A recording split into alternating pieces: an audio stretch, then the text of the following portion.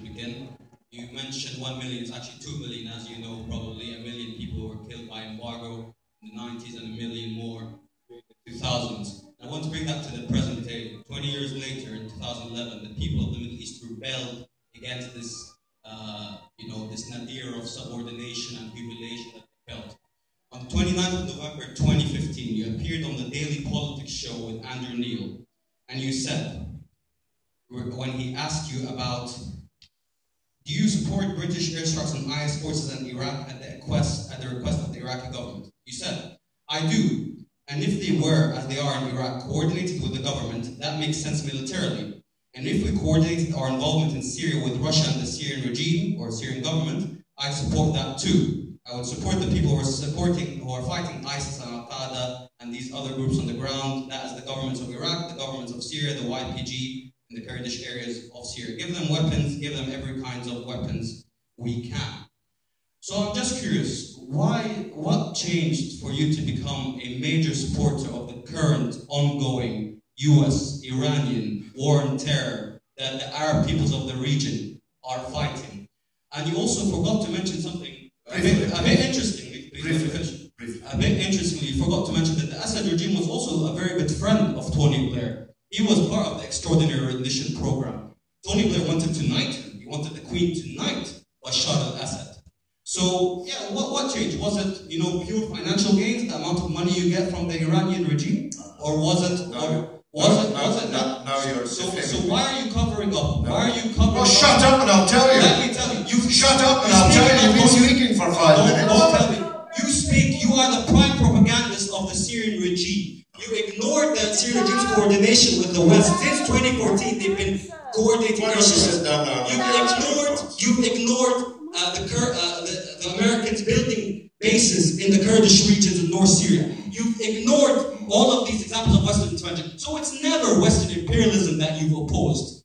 It's never Western imperialism because you are arguing for it. You are a war on terror fanatic. Yeah. On the left, unfortunately, there's no difference between you and the far right who support all these regimes in the Middle East. That's me. I'm the fanatic for the war on terror, just in case you didn't recognize me. And Tony Blair. Tony Blair believes, like you, that most of the rebels are extremists. Like you. Enough. He believes that most of the Syrian rebels are extremists. Take the microphone. You are the extremist. That's enough. I'm an extremist. And that's why I'm an extremist. I'm a fanatic for the war on terror. Okay, I will answer you. I'm glad you enjoyed the film. Just before you leave, let me tell you that I would like to see every last member of ISIS dead on the ground, on the floor. I want to see every last member of Al-Qaeda dead on the ground. There is no bestiality lower, worse than ISIS and Al-Qaeda. If that makes me a fanatic for the war on terror, so be it. So be it. I want to see ISIS and Al-Qaeda defeated. Because, well, no, you have to say that, but for you, it really is. I want to see them dead because I think they are the worst, most demonic force that the world has seen since the Second World War. I believe, you might find it funny, but for the small, look, we're not going to have you disrupt the occasion because there are other people here who want to discuss the film. But a group that cuts people's heads off, eats their hearts. Why don't you shut up? I'm answering your last friend.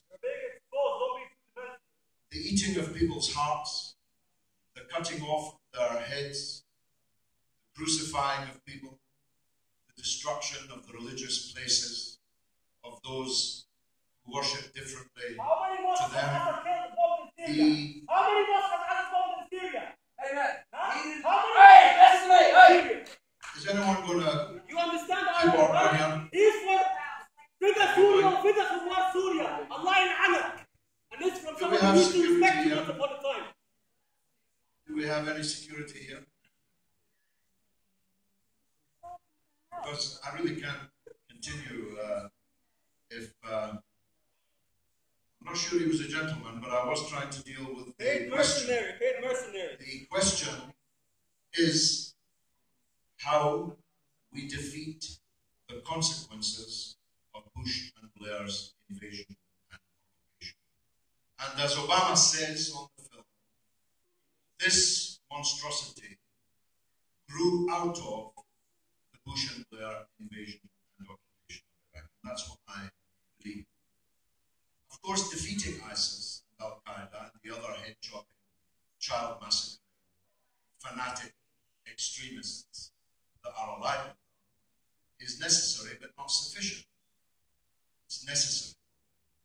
That's why I say that we should support those that are fighting them. We should support the Kurdish forces that are fighting them. We should support the government of Iraq that's fighting them. We should support the government of Syria that's fighting them. Not because we love the Kurdish militia or the Iraqi government or the Syrian government. We don't at all. But because ISIS and Al-Qaeda are a worse force than any of those and than anything else in the world today. So the film seeks to establish, I think it does without fear of contradiction, that the invasion has made the world a fantastically more dangerous place. And that danger has now spilled from the Middle East to our own cities, to our own capitals. It's a miracle